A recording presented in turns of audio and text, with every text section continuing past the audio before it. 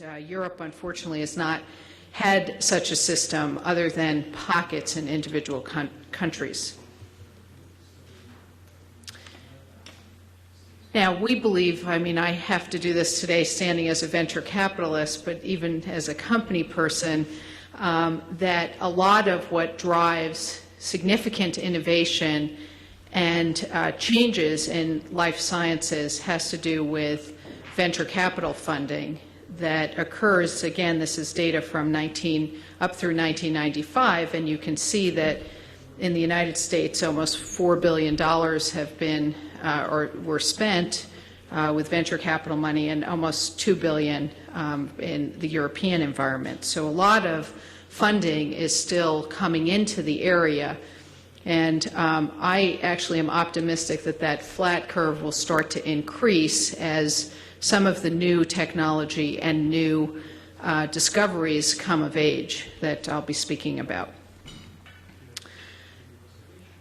Now, another interesting perspective when you think about the industry and technology from the life science perspective is who are the customers for the discoveries? And certainly the patients are, right? That's what we're all about. But in addition to the patients, there's a need for big armamentarium that usually come from large companies to help advance these technologies into the physicians' offices and into patients.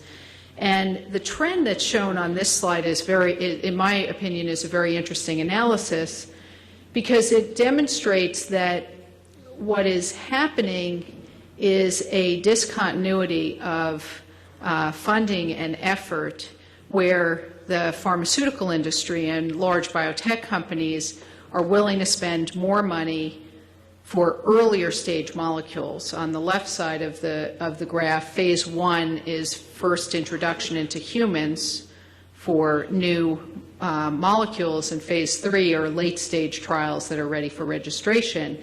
And if you look at 2000 to 2002, you didn't get much credit and many dollars for products that were early stage. People wanted late stage products. So if you look at the graph on the right, venture capitalists responded accordingly, and they started putting more and more money into late stage development and late stage products. Well, now we are here in 1995 on this curve, but it's the same thing happening in 2005, same thing happening in 2006, where the pharma companies all want early stage products. And some venture capitalists have continued to fund early stage, and I think that's a good thing. But my prediction is that people shift with the trends, that you'll see more and more venture capital money starting to shift back to early stage, and who knows if we'll ever kind of catch up and be aligned. We'll see.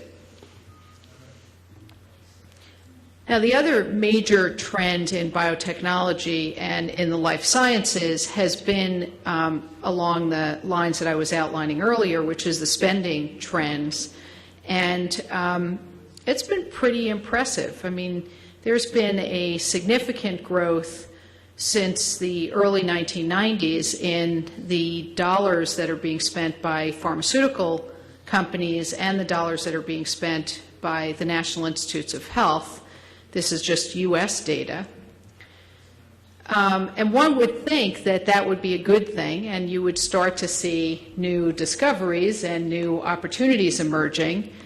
But the graph on this slide shows just the opposite. So something's broken in the system. If you have a curve that shows that you're spending a tremendous amount of money, yet what this graph shows is total NME is new molecular entities, so novel therapeutics that have not been discovered that are used to treat diseases. Original BLA or biological licensing applications, and so these are basically, the application for approval in the United States with the Food and Drug Administration.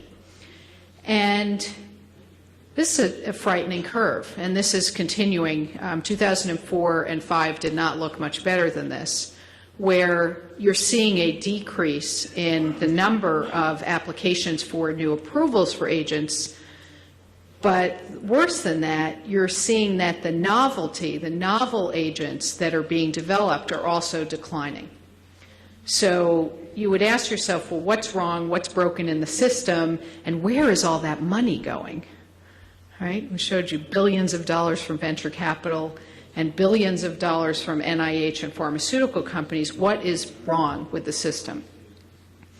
So I'm going to posit an idea and take you through what I think is emerging as the future of medicine. And this slide asks a whole set of questions around personalized medicine. And I would hopefully like to stimulate some thinking around in this audience about whether or not personalized medicine is the answer. Right? So we know that we can now identify and screen people's entire genome. We can identify through very highly sensitive tools by companies that have been built like Affymetrix and Illumina with simple chips the genetic material. Is there a way to use that information to be able to discover new therapeutics and improve our ability to diagnose and treat disease? That's the question in front of us. And I'm going to show you some data that I would say the answer is yes. But the answer is yes if you are willing to take some risks and take a vision into what the future might look like. So it's only been 6 years since the human genome was fully sequenced, and that was a major event in medical history and a real breakthrough in the ability to, again, diagnose and treat diseases. Over the past 6 years, really what's happened is the tools have been developed to understand and use this information. And this is kind of what it looks like today. So we have a pile of stuff, right? Genes and SNPs and information, and we kind of get it, but phase 2 is interpreting all these data. What does it mean? How do you put the pieces together? We can measure things, but if you don't know what the information is, you have no way of putting it into context and using that information smartly. But I think that this picture will look different, and the interpretive phase of the genome will start to emerge over the next 5 years. So the first side of being able to understand disease and treat disease is being able to diagnose it. Right? So if you don't know what's wrong with a patient and you don't understand the basic either genetics or phenotype of how a patient is progressing from a disease standpoint, you don't know how to treat it. And so this graph is what's giving me encouragement that actually the industry is going to be emerging into a new era of personalized medicine, starting with the diagnostics, which are growing at about 30 to 35% annually. And then I think, and I'll show you if the slides are off, so at some point I'll show you the next slide. Oh, it's here. I can read it.